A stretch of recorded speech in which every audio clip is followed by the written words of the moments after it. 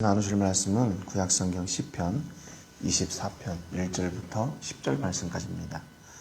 구약성경 시편 24편 1절부터 10절 말씀까지입니다. 우리 마지막 10절 말씀 같이 읽고 말씀 은혜를 나누겠습니다. 10절 말씀 같이 읽겠습니다. 시작. 영광의 왕이 누구시냐? 만군의 여호와께서 곧 영광의 왕이시로다. 아멘. 우리가 어제 시편 23편 5절을 통해서 목자가 이렇게 상을 베풀어 주신다 하는 말을 우리 켈러 목사님의 책을 통해서 이렇게 나눴습니다.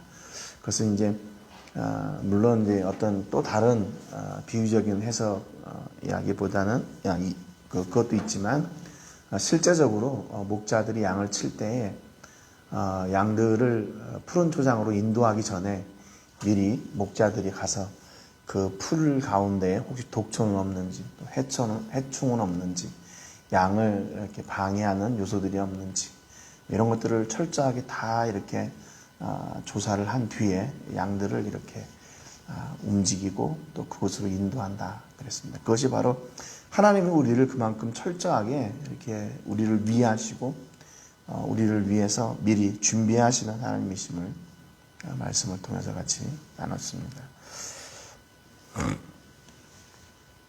결국에는 23편의 시는 어떤 그 목가적이고 전원적이고 또 다윗의 그런 어떤 그 상상 속에서 이렇게 지어낸 시가 아니라 실제로 그 목자의 삶을 통해서 양을 철저하게 보호하시고 또 사랑하시는 그런 하나님을 저희가 이렇게 소개받고 또 그분을 이렇게 노래할 수 있도록 은혜를 이렇게 나눈 그런 기회가 된 것 같습니다. 오늘 본문 24절에 보면은요, 24편에 보면 23편은 어떻게 보면 개인적인 시예요. 하나님이 목자 되시고 나는 그분의 양이 되셔서 그분과의 관계에서 그분의 은혜를 누리고 그분의 이렇게 베푸심, 보호하심 이렇게 누리고 삽니다. 지극히 개인적인 시인데 24편은 좀 거창한 시가 됩니다. 왜냐하면 천지 창조의 하나님을 노래하고 있기 때문에 그렇죠. 24편 1절에 보니까 땅과 거기에 충만한 것과 세계와 그 가운데 사는 모든 사는 자들은 다 여호와의 것이로다 그랬습니다. 우주 만물 온 세계에 충만한 것 그리고 그 가운데 있는 하나님의 사람들 다 하나님의 소유된 또 하나님이 주인 되시는 분이시다 이렇게 얘기합니다. 목자에서 모든 하나님이 주인 되시는 노래를 하고 있어요. 여기 보면 충만한 것 그렇게 기록되어 있잖아요. 땅과 거기에 충만한 것. 이 충만하다는 말 이게 히브리 말로 멜로라고 하는 말인데 가득하다 또 가득 채운다 충만 이런 명사입니다. 그런데 이 단어가 어디에서 나오게 되냐면 창세기 1장 22절에 하나님이 그들에게 복을 주시며 이르되 생육하고 번성하여 여러 바닷물에 충만하라 새들도 땅에 번성하라 하시니라 그랬어요. 이게 창세 때 주셨던 명령, 이 충만하다는 명령, 이건 히브리 말로 말레라고 하는데 동사예요. 그러니까 충만하라 말씀하셨던 그 명령이 그대로 이루어진 역사를 지금 다윗이 노래하고 있습니다. 또 다른 의미는 뭐냐면 이 땅 가운데 충만하게 된 그 원인, 그게 누구인가라는 거예요. 하나님이 충만하라 명령하셔서 그 명령대로 순종한 겁니다. 모든 피조물들과 사람들까지도 다 하나님의 명령을 순종하고 또 그 명령을 따라서 이 땅 가운데 충만하게 됐다는 거예요. 그러니까 이 충만하게 된 원인, 그 충만하도록 하신 그 주인이 누구인가? 바로 하나님이시다. 이렇게 다윗이 노래하고 있는 거예요. 그런데 그 충만한 역사를 보고 다윗은 그걸 누가 이루셨나 하나님이 이루셨다고 노래하는 겁니다. 그렇잖아요? 그러니까 이걸 다 알고 있는 거예요. 지금 다윗은 그 창조의 역사, 하나님의 명령, 또 하나님의 역사하심, 자기가 손에 쥐고 있는 그것이 어디로부터 온 것인가를 아는 겁니다. 자기가 누리고 있는 그 복이 누가 주신 것인지를 아는 거예요. 여러분, 불행한 인생이 어떤 인생인 줄 아세요? 다 내가 했다고 자부하는 인생입니다. 내가 이렇게 열심히 해가지고, 내가 이렇게 힘들어가지고, 내가 공들여가지고 했다. 여러분, 그런 인생보다는 이것을 하나님이 주셨다고 고백하는 인생이 더 복된 인생이에요. 네. 하나님의 역사인지 알지 못하는, 또 시인하지 못하고 고백하지 못하는 그 사람들, 하나님을 알지 못하는 것이 바로 비극이고, 그것이 무지이고, 그것이 교만이에요. 23편을 통해서 그랬죠. 양이 가장 풍성할 때는 언제인가? 선한 목자를 만나서 그분의 은혜 가운데 있을 때, 그분의 보호하심 가운데 있을 때, 그분이 인도하는 푸른 초장과 쉴만한 물가로 이렇게 갈 때, 그것이 가장 복된 인생이다 그랬습니다. 그걸 모르는 거죠. 하나님의 인도하심도 모르고 그분의 역사하심도 모르는, 이보다 더 무지한 인생이 어디 있습니까? 그러니까 아무리 이 악한 자들이 하나님을 알지 못하고 하나님이 없다고 하고 하나님의 역사가 아니라고 이야기해도 하나님의 역사하심은 그냥 굳건히 세워져 가는 거예요. 2절에 보면 여호와께서 그 터를 바다 위에 세우시며 강들 위에 건설하셨도다 그래요. 그것을 누가 세우셨나? 하나님이 세우셨다 그러잖아요.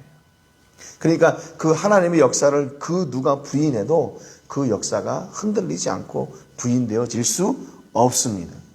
그래서 2절 앞에 보면 왜냐하면이라는 그 접속사가 히브리 성경에 있는데, 여기 우리말 성경에는 이게 번역이 이렇게 빠져 있어요.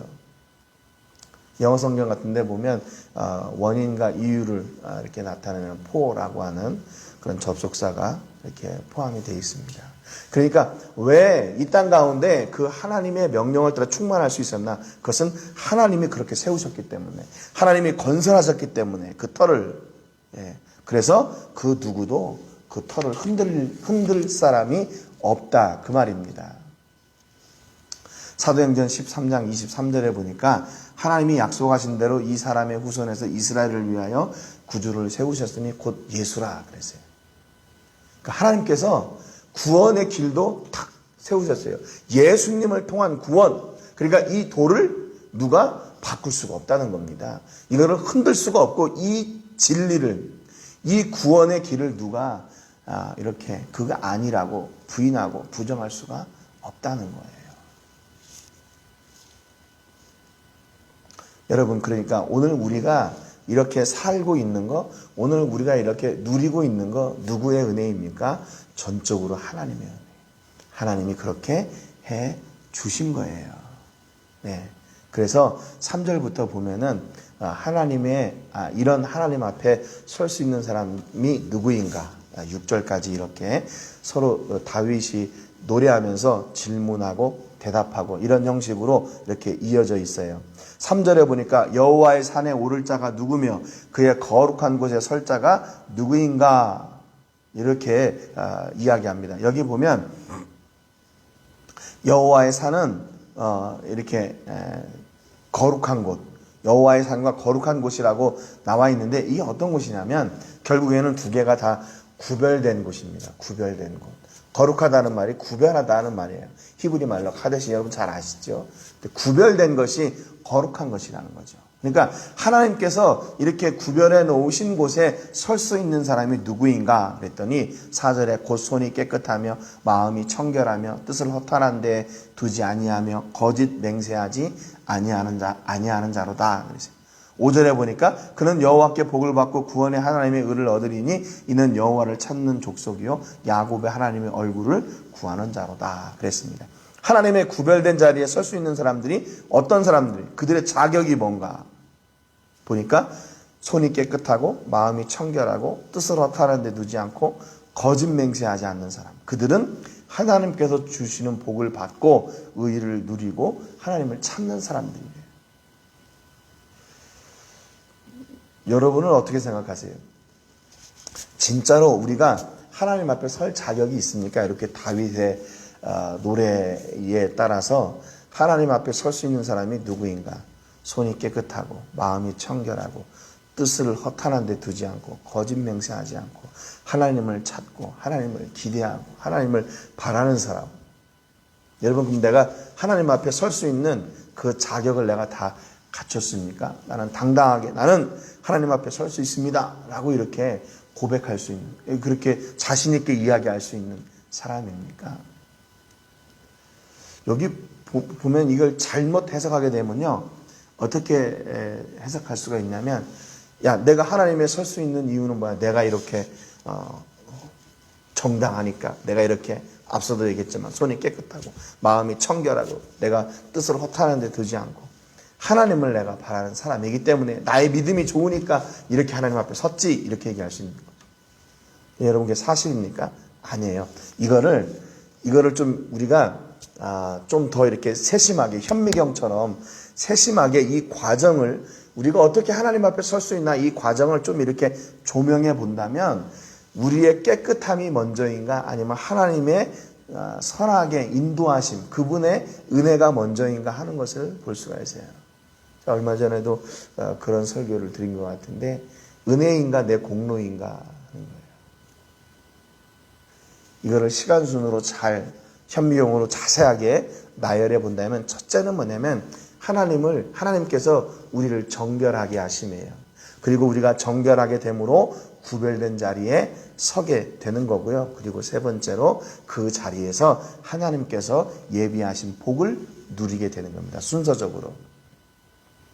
그러니까 하나님 앞에 설 자가, 구별된 자리에 설 수 있는 사람이 누구인가, 그 말에 지금 이 결과를 얘기하고 있잖아요. 그런데 그것이 더 정확하게는 하나님의 은혜가 먼저 있다는 거예요. 그러므로 말미암아 내가 정결하게 돼서 하나님의 구별된 자리에 섰고, 하나님은 그 구별된 자리에 선 사람들에게 약속하신 복을 허락해 주시는 거예요. 근데 우리는 보통 그냥 그 앞에 거를 생략하는 거죠. 나 예수님 믿어. 그런데 그 믿음도 역시 어디로부터 온 거예요? 하나님의 은혜로부터 온 거예요. 성령의 역사 아니고서는 예수를 주로 시인할 수 있는 사람이 아무도 없습니다. 아무도 없어요. 그래서 히브리서 9장 22절에 보니까 율법을 따라 거의 모든 물건이 피로써 정결하게 되나니 피 흘림이 없은즉 사함이 없느니라 그랬어요. 우리가 하나님의 은혜를 입고 구원을 누리게 된 것은 누구의 공로인가? 철저하게 예수님의 십자가의 보혈의 공로예요. 그분의 피로 말미암아 우리가 정결하게 되었고, 그로 하나님의 자녀가 되었고, 하나님이 자녀가 서는 구별된 자리에 서게 되었고, 그로 하나님께서 주시는 복을 누리게 된 겁니다. 여러분, 이게 복잡하게 막 여러 가지 이렇게 되는 것 같은데, 그냥 우리는 이것을 뭐라 하면 나는 믿고 나는 그분의 복을 누리는 사람이다, 이렇게 얘기하는 거예요. 간단하게. 그런데 그 안에는 이 앞에 순서가 있다는 것을 우리가 늘 잊지 말아야 됩니다. 그걸 계속 설명하기가 그냥 이렇게 복잡하니까, 나는 예수님을 믿게 됐고 내가 믿었고 나는 그분의 은혜를 누리고 있는 사람입니다, 이렇게 얘기하는 것이죠. 어떻게 우리가 손이 깨끗하고 정결하고 또 허탄한 데 뜻을 두지 않고 거짓 맹세하지 않을 수 있습니까? 성령님의 역사입니다. 성령님의 역사. 네. 그러니까 내가 지금 하나님 앞에 이렇게 매 순간 설 수 있는 것이 그분의 은혜예요. 그분의 은혜, 그분의 역사예요. 7절부터 보니까 우리가 앞에 서는 그분이 누구인가, 그 하나님이 어떤 분이신가를 다시 다윗이 노래하고 있어요. 역시 질문과 대답을 합니다. 7절에 보니까 문들아 너희 머리를 들지어다, 영원한 문들아 들릴지어다, 영광의 왕이 들어가시리로다. 8절에 보니까 영광의 왕이 누구시냐? 강하고 능한 여호와시요 전쟁에 능한 여호와시로다 그랬습니다. 9절에 보니까 문들아 너희 머리를 들지어다, 영원한 문들아 들릴지어다, 영광의 왕이 들어가시리로다. 영광의 왕이 누구시냐? 만왕의 여호와께서 곧 영광의 왕이시로다 그랬습니다. 네. 앞서도 말씀드렸지만 23편에서는 목자이신 하나님이셨다. 여기는 영광의 왕이신 하나님, 창조하신 하나님, 그 창조의 뜻을 이루시는 하나님, 하나님의 사람들을 거룩한 곳에 구별해 놓으시는 하나님, 그리고 그들에게 복 주시는 하나님. 그분이 누구인가? 영광의 왕이시라고 노래합니다. 전쟁에 능하신 용사라고 이야기해요. 여러분, 이런 하나님이 바로 우리의 하나님이십니다. 예, 이런 하나님이 그러니까 다윗의 목자가 되어서 그 다윗을 지키셨던 거예요.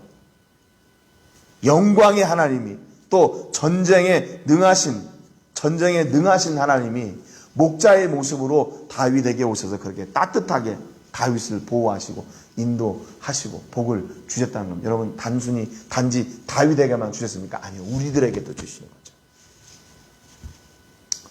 여러분, 얼마나 놀랍습니까?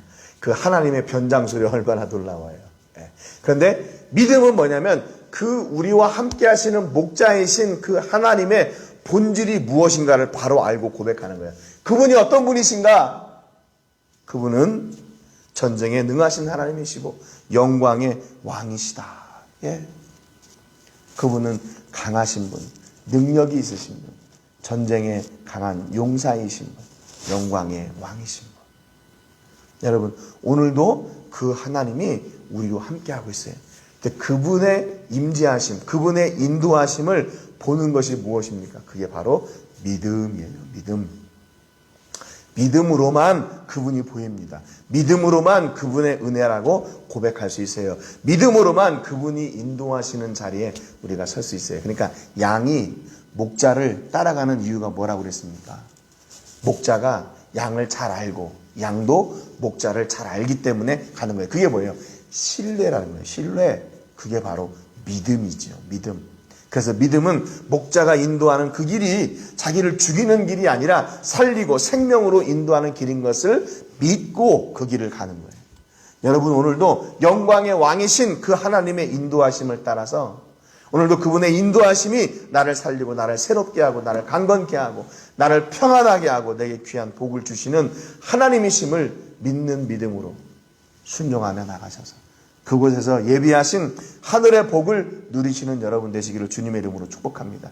여러분 삶 가운데에 혹시 문제가 있거나 어려움이 있거나 또 두려워하는 일들이 있습니까? 낙심하지 마시고, 그것은 믿음을 깨뜨리는 일이에요. 그런데 우리가 하나님의 선하신 인도하심은 우리의 믿음을 더욱 든든하게 세우는 겁니다. 그래서 그 가운데 온전한 믿음이 세워지고 하나님의 나라가 내 삶을 통해 또 내가 선 현장에서 그 하나님의 복을 누림으로 그것이 더욱 풍성케 되는 역사가 있기를 주님의 이름으로 축복합니다. 여러분, 지금 돌아보십시오. 하나님의 인도하심이 아닌 것이 하나도 없습니다. 내가 누리고 있는 것 중에 내가 만들어 놓은 거 있습니까? 내가 해놓은 거 있습니까? 아니요. 그것은 믿음이 아니에요. 하나님이 주셨다고 고백하는 것이 믿음입니다. 여러분, 오늘 여러분의 삶 속에서 더 많은 것을 고백하고 누리는 믿음이 풍성해지시기를 주님의 이름으로 축복합니다. 오늘 세계를 부르며 기도할 때는 양미란 선교사님을 위해서 기도해 주시기 바랍니다. 건강 지켜주시고 또 필요한 것을 때에 따라 채워주시기를 위해서 기도하시고 또 늘 복음의 자리에 설 수 있도록 위해서 기도해 주시고, 코로나19가 속히 잠잠해져서 우리가 대면하여 예배하는 그 영광의 날이 속히 올 수 있도록 위해서 기도해 주시기 바랍니다. 오늘 말씀처럼 믿음으로 하나님을 고백하고 누리고 바라며 사는 그런 복이 넘치게 해주시기를 위해서 기도하시고요. 어제 우리가 그 선교지 긴급구 나눔을 위해서 기도했는데 어제 잘 마치고 돌아왔습니다. 그래서 어제 46가정이 와서 이렇게 다 받아가고 기뻐하는 모습을 보니까 참 감사했습니다. 우리가 섬길 수 있음에 감사를 했습니다. 우리가 앞으로 한 2번 정도 더 할 수 있는데 그 기회도 정말 합당한 곳에 하나님께서 인도해 주셔서 할 수 있도록 위해서 기도해 주시고, 또 기도 제목에는 없지만 선교지에 교회를 새롭게 시작하는 일들을 위해서도 기도해 주시기 바랍니다. 제가 먼저 기도하고 같이 기도하겠습니다. 하나님 아버지, 감사드립니다. 오늘 말씀을 통해서 우리를 인도하셨던 그 목자이신 하나님이 어떤 분이신지를 다시 한번 이렇게 고백할 수 있게 해주셔서 감사합니다. 하나님은 천지를 창조하셨고 그 가운데 모든 만물을 충만하라 명령하셨던 분이고, 또 그 충만하라고 명령하셨던 그 명령을 이루신 하나님이십니다. 그래서 만물이 하나님을 주인으로 선포하고 고백하는 만물의 주인이시기도 합니다. 하나님, 오늘 우리 삶 가운데 하나님의 은혜임을 고백하는 믿음을 주시고 하나님의 은혜를 누리는 믿음을 주시고 하나님의 복을 누리는 믿음을 허락하여 주시옵소서. 어느 것 하나 내 것이 없습니다. 하나님의 것이었고 하나님이 주신 것입니다. 그러니 하나님 저희를 통해서 온전히 하나님의 선한 일을 이루어 주시고 어디에서든지 하나님의 영광이 선포되어지고 우리 삶을 통해서 하나님 찬양받아 주시옵소서. 하나님 우리의 가정을 지켜주시고 또 사업장을 지켜주시고 교회와 또 사역을 지켜주시옵소서. 이제 한국은 추석을 맞이하고 있습니다. 하나님 저희 외국에 있는 우리 식구들 특별히 기억해 주셔서 한국에 있는 가족들과 함께 추석 명절의 기쁨을 나누게 하시고 어디에 있든지 동일하게 역사하시는 그 하나님의 선하신 인도하심과 복이 우리 모든 식구들의 가정과 또 그 자녀들과 또 사업장과 직장에 넘쳐나게 하여 주시옵소서. 특별히 아버지 어려움의 시기에 맞는 명절입니다. 그럼에도 불구하고 온 가족 위에 하늘의 기쁨과 은혜가 풍성하게 하시고 또 나눔이 더욱더 풍성케 되는 역사가 있게 하여 주시옵소서. 모든 영광을 하나님께 드리며 예수님의 이름으로 기도합니다. 아멘.